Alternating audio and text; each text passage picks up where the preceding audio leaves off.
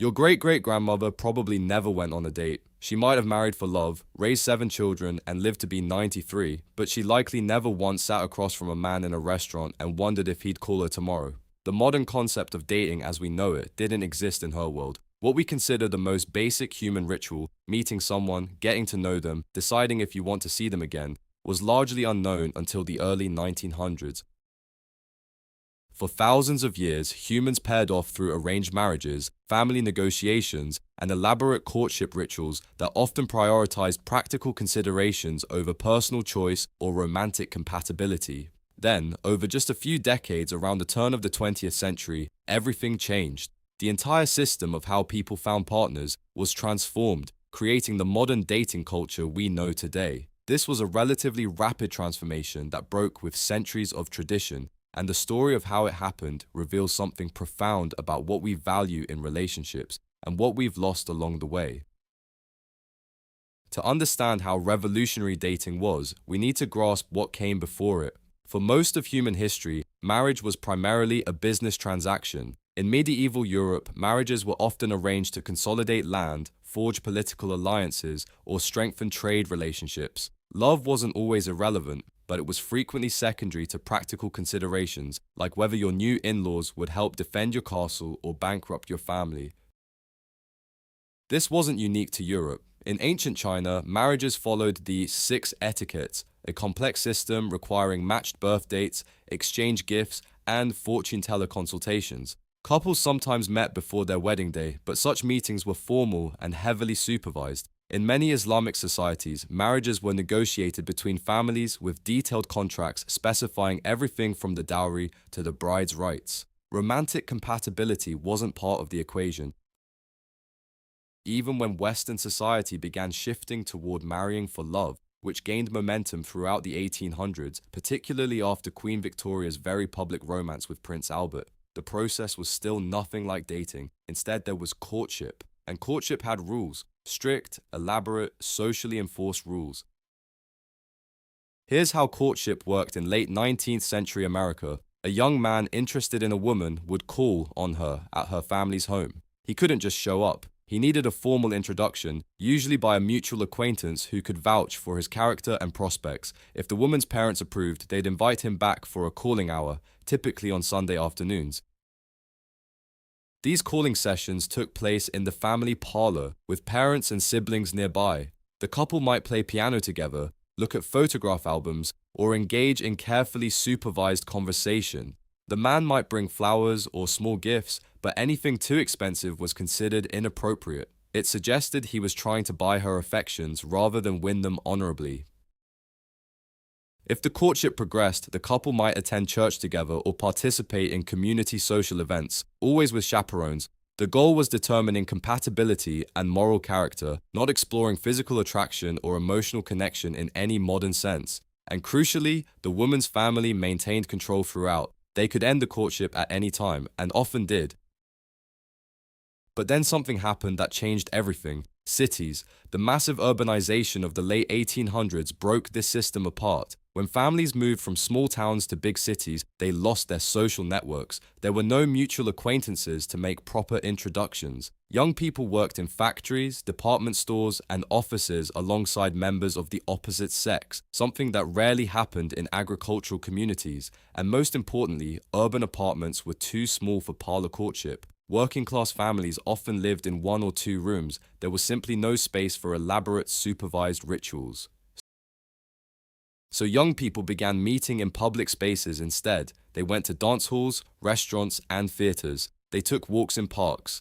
And because these meetings happened outside the home, away from family supervision, something unprecedented occurred. Couples began getting to know each other privately, making their own decisions about compatibility and attraction. This is where the word date comes from.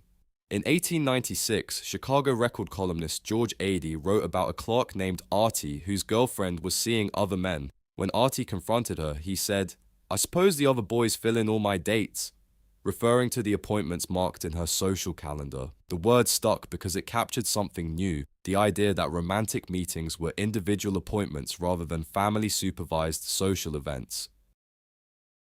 But here's where the story gets complicated. Dating didn't just change how people met, it completely reversed the economic dynamics of courtship, and this reversal had consequences we're still dealing with today. Under the old courtship system, men came to women. They visited her family's home where she was the hostess and he was the guest. She served refreshments, played music, and demonstrated her domestic skills. The woman and her family controlled the environment, set the pace, and could end the interaction at any time. In economic terms, the woman was providing the service, entertainment, hospitality, and the opportunity to evaluate her as a potential wife. Dating flipped this completely.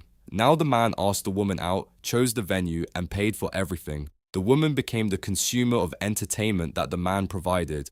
This shift was so dramatic that older generations were scandalized. A 1914 article in Ladies' Home Journal warned that dating was turning courtship into a form of prostitution, with men buying women's time and attention through dinners and theatre tickets.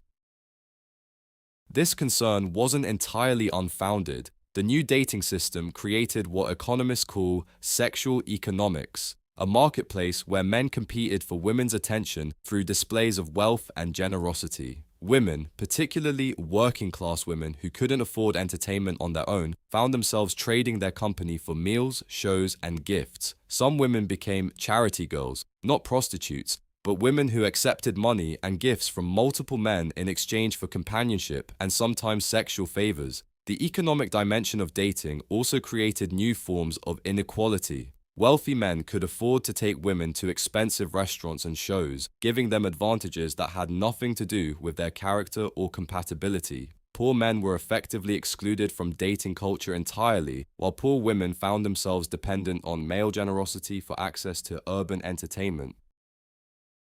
But there was another revolution happening simultaneously: the rise of consumer culture. Dating became one of the first mass markets for leisure consumption. Restaurants began advertising intimate dining for two.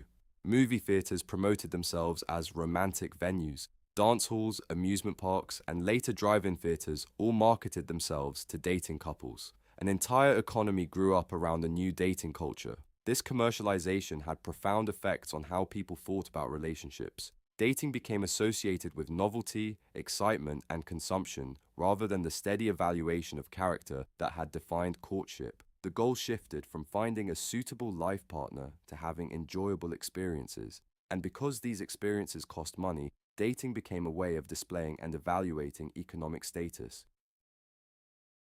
The 1920s accelerated all these trends. The automobile gave couples unprecedented privacy. Moral reformers called cars devil wagons and houses of prostitution on wheels. Prohibition created a culture of rule-breaking and secrecy that extended to dating. Young women gained new economic independence, with nearly half of single women working outside the home by 1929. And the rise of mass media created national standards for what constituted normal dating behavior. But perhaps the most significant change was psychological. Dating introduced the concept of playing the field, the idea that you should date multiple people before settling down. This was completely foreign to earlier generations, who believed that emotional and physical intimacy should be reserved for the person you intended to marry. The new dating culture encouraged experimentation, comparison shopping, and developing relationship skills through practice with multiple partners.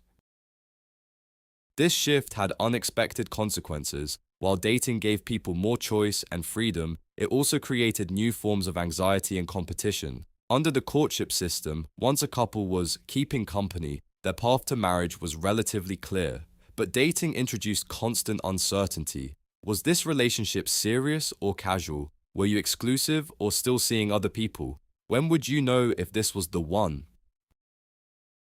By the 1930s, dating had evolved into something recognizable as modern relationship culture, but with one crucial difference. Dating still had a clear endpoint: marriage. People dated to find a spouse, not for entertainment or personal fulfillment. The question wasn't whether you would get married, but whom you would marry and when. This began to change in the 1960s, when several forces converged to transform dating yet again. The birth control pill, introduced in 1960, separated sexual activity from pregnancy for the first time in human history.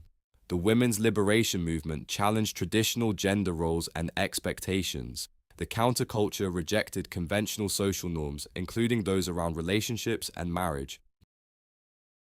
Most significantly, the concept of marriage itself began to change. Instead of an economic partnership for raising children, marriage increasingly became seen as a source of personal fulfillment and emotional satisfaction. This put enormous pressure on romantic relationships to provide not just companionship and security, but also passion, intellectual stimulation, and personal growth. The result was the emergence of what sociologists call relationship shopping. The idea that you should date many people, possibly for many years, to find someone who meets all your emotional, intellectual, physical, and lifestyle needs. This was a radical departure from both the arranged marriages of traditional societies and the practical courtship of the early 1900s. But here's the paradox. As dating became more focused on finding the perfect match, it also became less likely to result in marriage at all. When the goal of dating was finding someone suitable to marry, most people accomplished that goal relatively quickly. When the goal became finding someone who fulfilled all your needs and desires, the search could continue indefinitely. This helps explain why we now have phenomena that would have been incomprehensible to earlier generations. People in their 30s and 40s who have never been married, not because they couldn't find anyone willing to marry them, but because they haven't found anyone who meets their standards. Cohabitation without marriage, once scandalous, became commonplace, and the average age of first marriage has risen steadily, from 20 for women and 22 for men in 1950 to 28 for women and 30 for men today. The rise of online dating in the 1990s and dating apps in the 2010s has accelerated these trends. When you can potentially meet hundreds of people through a smartphone app, the incentive to commit to any particular person decreases dramatically. Why settle for someone who meets 80% of your criteria when your next swipe might reveal someone who meets 90%? But this abundance of choice has created what psychologist Barry Schwartz calls the paradox of choice. The more options we have, the less satisfied we become with our decisions. Studies show that people who use dating apps report higher levels of anxiety and lower levels of relationship satisfaction than those who meet partners through traditional means. We've also lost something that the old courtship system provided: social support and guidance for relationships. When families and communities were involved in matchmaking, couples had built-in support systems and clear expectations for how relationships should develop. Modern dating is largely a private matter between individuals, which gives us more freedom but also more uncertainty and isolation. The COVID-19 pandemic added another layer of complexity, forcing dating online and making physical meetings more complicated and potentially dangerous. This has accelerated trends toward virtual relationships and delayed physical intimacy, creating new norms we're still figuring out. What strikes me most about this history is how recent and fragile our current dating culture really is. We treat swiping through dating apps and going on dinner dates as natural human behaviors, but they're actually the product of very specific historical circumstances: urbanization, consumer capitalism, changing gender roles, and technological innovation.